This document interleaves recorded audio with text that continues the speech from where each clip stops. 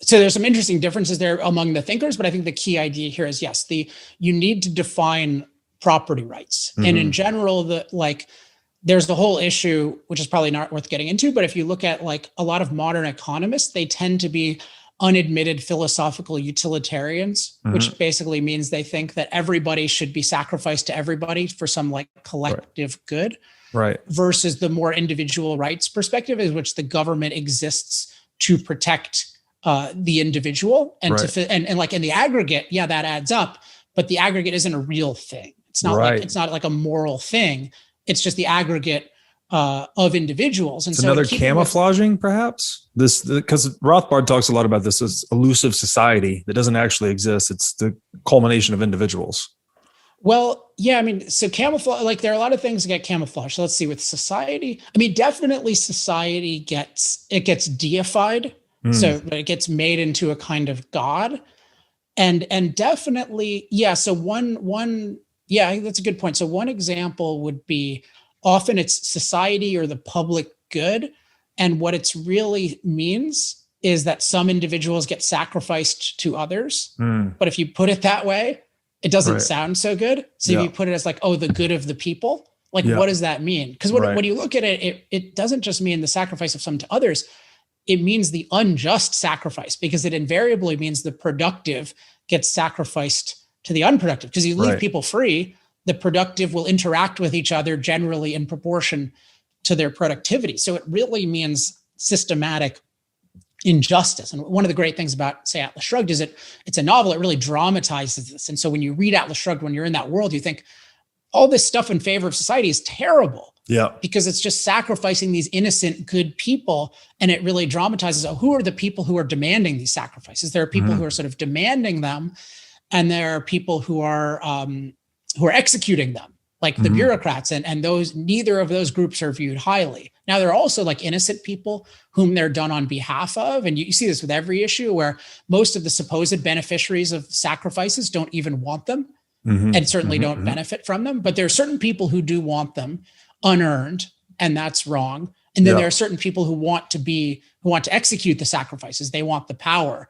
and they want the unearned status of, okay, Steve Jobs created this wealth, but you're actually better than Steve Jobs because you get to steal his money and give it to somebody else, but it's all for society. And so in that sense, it's like packaging together what's good about society, which is mutually beneficial interaction on a large scale. But it's like packaging that with just completely unjust sacrifice of the productive to the unproductive. And the goal of these packages is always put over the bad thing. So it's really to put over the unjust sacrifice of the productive to the unproductive by associating it. So you're exactly right, now that I think about it, by associating it with all the good things that we get from voluntary, mutually beneficial interaction. Yeah. So maybe this is a point of connection then. This, what you described as Ayn Rand describing as the creators versus the extractors, or think of it as there's a broader, she has two, like one is the creator and the second hander. The second hander though can be an exploiter, or they can be a sacrificer. So they can either sacrifice others to themselves, or they can sacrifice themselves to others. So there's sort of three, but for our purposes, if we're talking about self-interest, you could think of it as like the creator versus the exploiter. Got it. Creator versus exploiter, which Rothbard designates people as being in two distinct groups, which is on a net basis, taxpayers, right, which are the creators or the productive people, and on a net basis, the tax consumers, the ones that benefit from the proceeds, the stolen proceeds from the creators. I guess you'd call them the exploiters or the extractors. Yeah, I mean, it's hard when you put it in terms of taxes, though, because it's like, there are all sorts of, I mean, also there's taxes and there's also controls, and controls are arguably much more destructive than the taxes. But so you can think of, it's hard to classify anybody like, oh, they're sometimes put as like a maker or a taker. Yeah. Right. Yeah, it's hard to do that in like an aggregate sense, because you just take somebody, okay, let's say somebody's like on welfare, but they were sort of like, you know, their parent couldn't afford school because the government took away their money and they had to go to this terrible government school that screwed them. So like they're a maker. There's one of the problems with, you know, what's called the mixed economy, which is this mixture of freedom and controls, is that there's just this continuous like undifferentiated sacrifice. And it's so hard to tell. And you take someone I admire a lot in a lot of ways, like Jeff Bezos. Okay, so he is like creating enormous amounts of wealth, but then he's also pushing for a $15 minimum wage that totally screws young people who want to do something. Or he's financing all these climate nonprofits that I believe are trying to destroy our energy system. So it's like he's a hero in some ways to me. Right. And then so it's like the real thing is you need to get government out of economics. Like economic ideas should be pursued by individuals voluntarily. And I do believe this extends to money as well. Yes. And when you coerce people, then it's the whole just monetary system in terms of inflation is a perfect example where it's like a form of theft from some people, but it can be really hard to know even who's been screwed and who's benefited. Right. Yes. So agreed on all counts. It's probably very difficult to determine who is what of each group, but I think just rationally, that's how it operates. And I know it shifts around, like someone may be a taxpayer one year, a tax consumer the next, et cetera. But and what you just touched on, I think is the key point, is that you need coercion and compulsion out of the economy, which means you need government out of the economy. And the only way to get government out of the economy, in my opinion, is to get them out of the money.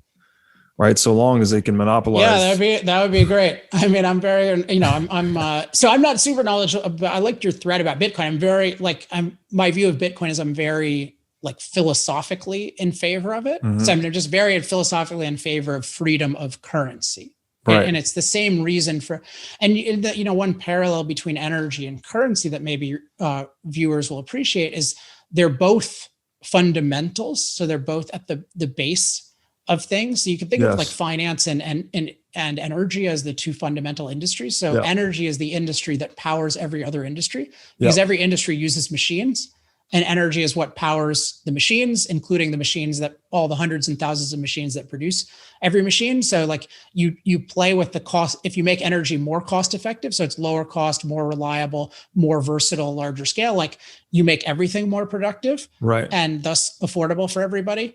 And more people have more capabilities. And if you make energy less cost effective, so it gets more expensive, less reliable, less versatile, a smaller scale, then everything gets worse. And so it has that like fundamental character and money. It has this in a bunch of ways. Like it has it in the context of investment, like where money goes. Like if money goes, really resources go to their most productive use, that obviously it has benefits to the extent that happens. And to the extent it goes to destruction, you could destroy a whole society in a generation if you misallocated capital so much. So it's I'm very and so those are realms in which, particularly money, it's totally taken for granted the government should control it.